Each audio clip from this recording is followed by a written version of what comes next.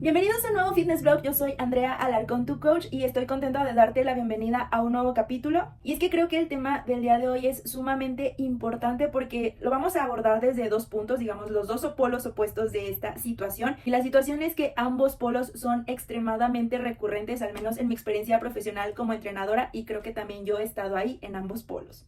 Bueno, hoy transmitiendo desde mi antigua habitación en la casa de mis padres porque pues tocó estar aquí el día de hoy.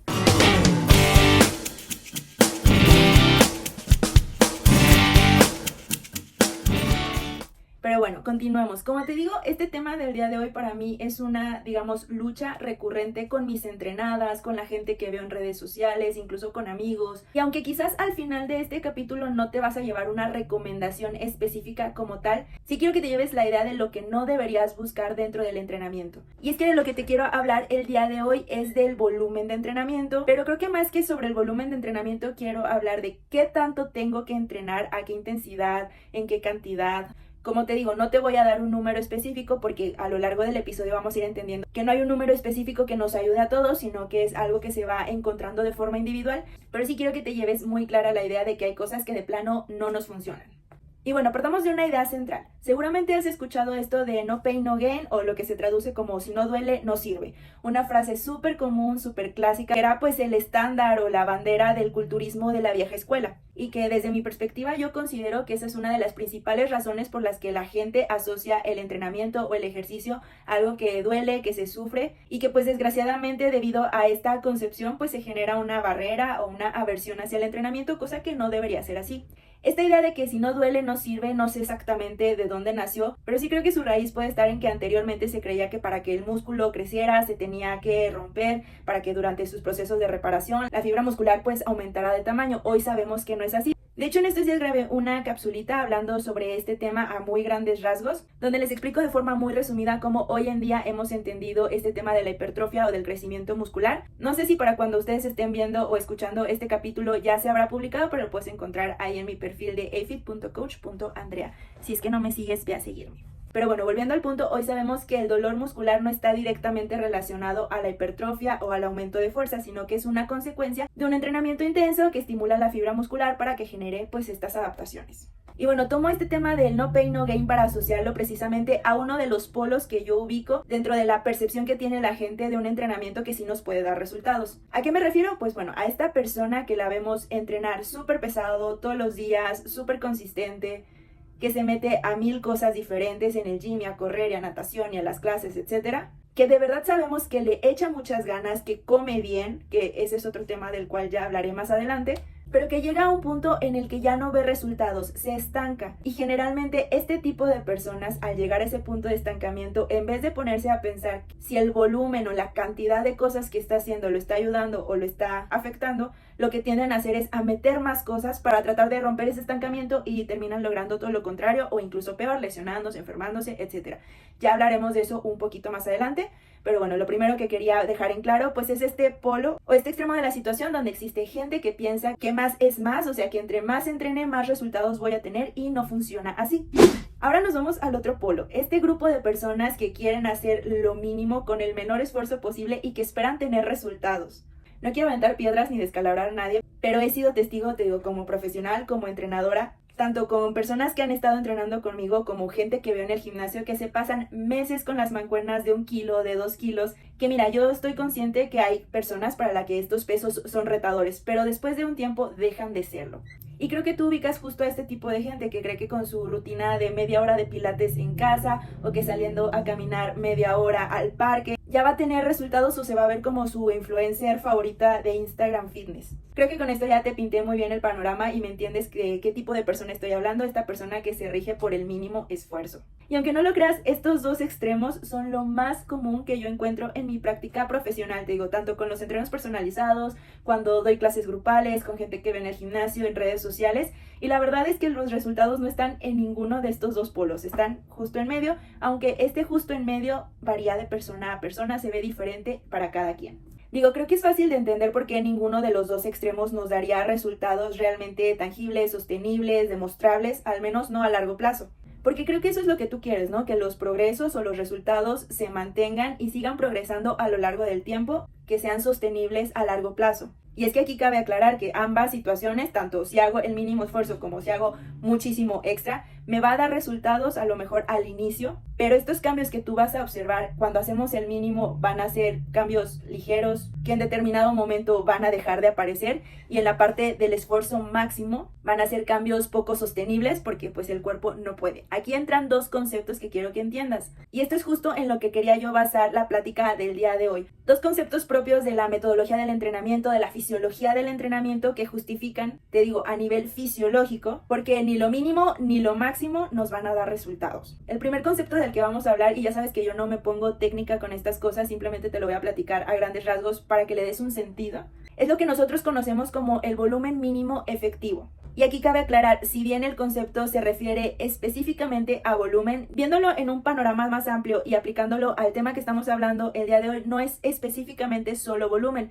también intensidad, cargas, descanso, etc. Aclarado ese punto, hablemos del volumen mínimo efectivo. En palabras muy llanas, digamos que es la dosis mínima que tu cuerpo alcanza a reconocer y a decir, ok, necesito generar algunas adaptaciones. En personas principiantes que nunca han hecho nada, el volumen mínimo efectivo va a ser súper poquito. O sea, si tú en 30 años nunca te paraste en el gimnasio, un día llegas y haces 2 series de 10 sentadillas, probablemente ese sea un buen volumen mínimo efectivo para ti, porque va a ser algo completamente nuevo para tu cuerpo. Obviamente, conforme más tiempo pases entrenando o seas más activo físicamente, pues este volumen mínimo efectivo va a irse modificando. Si bien ciertos autores sí mencionan números específicos de volumen mínimo efectivo para ciertos grupos musculares, para la actividad cardiovascular, etc. Como siempre les digo, lo más importante es la individualización. Los números que la bibliografía a veces nos menciona no aplican para todos. Y ahorita te voy a explicar por qué.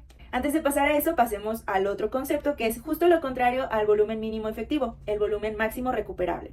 El volumen máximo recuperable es aquella cantidad, intensidad o frecuencia de ejercicio que nuestro cuerpo puede tolerar, pero que también es capaz de recuperar. Ya hemos hablado en otros episodios o en otros capítulos de lo importante que es el descanso. Y es algo con lo que soy muy insistente. Sí, lo que hacemos en el gimnasio o en la pista o donde sea que entrenemos es importante, pero es igual o más importante el tiempo que le damos a nuestro cuerpo para recuperarnos. ¿Por qué? Porque durante el proceso de recuperación es donde realmente se llevan a cabo las adaptaciones que buscamos, ya sea la síntesis de proteínas para aumentar nuestra masa muscular, las adaptaciones neuromusculares para desarrollar un poco más de fuerza. Todas esas adaptaciones ocurren principalmente cuando duermes. Y bueno, en menor medida también cuando estamos en reposo. Y aún así, aunque tengamos un buen descanso nocturno o no sea tan pesada nuestra rutina diaria, que estemos bastantes horas en reposo, incluso en ese escenario específico del cual creo que solo los atletas de alto rendimiento tienen el beneficio de poder descansar a sus anchas, porque literal solo a eso se dedican: a entrenar, dormir y comer. La mayoría de los mortales, pues evidentemente no estamos en ese privilegio. Aún así, hay un máximo que nuestro cuerpo es capaz de tolerar y recuperarse, incluso en el mejor escenario. Esto no es un tema de mentalidad, de disciplina, de échale ganas, de el que quiere puede, para nada. Es algo 100% fisiológico. Insisto, los números no aplican para todos, pero sí hay recomendaciones de más o menos cuánto tiempo tiene que haber de descanso entre sesiones de fuerza, entre sesiones de resistencia, entre un músculo y otro, para tratar de asegurar, en el mejor de los casos, que la recuperación se lleve por completo y se generen las adaptaciones que buscamos. Y para mí este es uno de los principales problemas que hay actualmente en el fitness. Sí, todavía sigue existiendo gente que quiere lograr cosas con el mínimo esfuerzo, pero creo que actualmente, con el tema de redes sociales, con el hype, con esta especie de hiperdemocratización del deporte, que no considero que esté mal, pero sí creo que debería ser un poquito más cuidado, que mucha gente se empieza a meter de más o a hacer más y más y más y más cosas sin tener en cuenta esto, que hay un tope de recuperación. Trasladándolo otra vez al descanso, vemos que tu nivel de energía gastado acá, tu descanso sigue estando aquí, y esta deuda de descanso, digamos que es solo de un día. Imagínate si esta deuda se prolonga a lo largo del tiempo. Llega un punto en el que incluso aunque te duermas todo el fin de semana, aunque te tomes vacaciones, ya no es recuperable.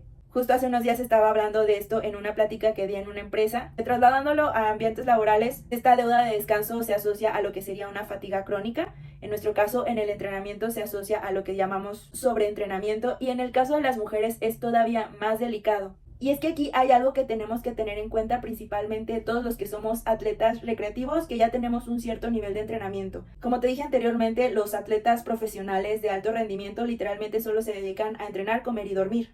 No tienen otras responsabilidades, no tienen otro tipo de desgaste físico, cosa que nosotros los mortales sí. Lo que quiero que entiendas con esto es que nuestro cuerpo no solo va a tener que tomarse el tiempo de recuperarse lo que hayamos hecho durante el entrenamiento, sino que también necesita recuperarse de todo ese desgaste físico de nuestra vida diaria. Esta es una balanza que yo trato de mantener equilibrada todo el tiempo con mis alumnas, porque muchos entrenadores ignoran eso. Y aquí es donde te digo que los números o las guías o la bibliografía no aplica para todos. Definitivamente una persona que tiene una actividad laboral, que tiene un alto componente físico, no puede tener un entrenamiento en la misma dosis, en la misma intensidad que una persona cuya vida diaria es prioritariamente sedentaria. Así que bueno, como te dije, no te vas a ir de este capítulo con un número exacto de cuánto sí tengo que hacer, cuánto no, o qué es lo efectivo o lo más recomendable. Los números sí o sí van a variar de persona a persona. Las cifras que vemos en la bibliografía o en las recomendaciones son simplemente una guía y sobre esa guía nos vamos hacia arriba, hacia abajo, hacia en medio, dependiendo de cada individuo. A lo mejor se va a escuchar un poco mal esto que voy a decir, pero creo que la mayoría de los profesionales de la salud, tanto médicos, nutricionistas como nosotros entrenadores, trabajamos bajo la prueba y error. Sí nos guiamos por recomendaciones, por libros, por protocolos, pero nunca sabemos cómo va a reaccionar el cuerpo de cada paciente. Sobre estas guías, pues nosotros tenemos que jugar con las variables hasta encontrar lo que más nos funcione, y eso que más nos funcione generalmente no es funcional a largo plazo, se va moviendo, porque como siempre les digo, lo único constante en la vida es el cambio. Así que bueno, 3 cosas con las que quiero que te quedes de este capítulo. Número 1, el dolor no está directamente relacionado a la efectividad o al progreso. De hecho, no es algo que deberías buscar o que tú deberías tomar como algo que le dé valor o funcionalidad a tu entrenamiento. Simplemente es una consecuencia de un entrenamiento que nos está retando, y eso sí es lo que debemos buscar, un entrenamiento que nos rete. Número 2, precisamente eso. El mínimo esfuerzo te va a dar mínimos resultados, y esos mínimos resultados van a ser iniciales. Si de verdad quieres seguir progresando en el entrenamiento, en tu físico, de verdad tienes que retarte. Y número 3, más no siempre es más. Al contrario. El minimalismo no solo es una corriente de pensamiento en cuanto a las posesiones materiales o un estilo de vida, también aplica al entrenamiento. Pocos ejercicios, pero muy bien ejecutados con una muy buena intensidad, pueden ser igual o más efectivos que una sesión larguísima, agotadora o llenarnos de estímulos. Y un cuarto tip, que sería, digamos, un bono, es que te invito a que te acuerdes que tu cuerpo no solo se desgasta o no solo se cansa en el entrenamiento. De las 24 horas del día pasas 1 o 2 en el gimnasio y alrededor de 6 a 8 o a veces más en otro tipo de actividades. Todo lo que hagas en esas otras 8 horas o 10 que pases fuera del gimnasio van a influir directamente en cómo tienes que llevar tu entrenamiento. Si hay que entrenar más o hay que entrenar un poquito menos. Y eso definitivamente como recomendación personal, no solo profesional, sino como persona que hace ejercicio, le gusta competir, etc. Sí debería estar guiado o acompañado por un profesional que entienda de fisiología, pero también pues de la vida. Con eso terminamos el capítulo de hoy. Espero que te haya ayudado a generar un poco de conciencia, porque te digo, para mí es muy común encontrar estos dos extremos del entrenamiento en mis clientes, así que no eches en saco roto estas recomendaciones. Al final, ya sabes, siempre les recomiendo lo más importante, escuchar a tu cuerpo. Si te estás sintiendo extremadamente cansado, aunque duermas bien, aunque comas bien, probablemente el entrenamiento está siendo demasiado. Por otro lado, si sales del gimnasio y sientes como que no hiciste nada, estás súper chill, súper relajado, pero en el sentido de que realmente no notas un esfuerzo, probablemente no te estés exigiendo lo suficiente. Así que al final, recomendación máxima, si toca ser muy honestos con nosotros mismos. Bueno, pues yo encantada de haber tenido este capítulo contigo en este otro escenario. Si te gustó el capítulo o consideras que esta información la necesita escuchar alguna otra persona, te invito a compartirlo, a dejarme un like. Te puedes suscribir tanto en YouTube como en Spotify si lo estás escuchando por ahí. Y nos vemos en el próximo capítulo. Cuídate, nos vemos. Bye. Yo soy Andrea Alarcón, tu coach, y nos vemos en el próximo Fitness Blog.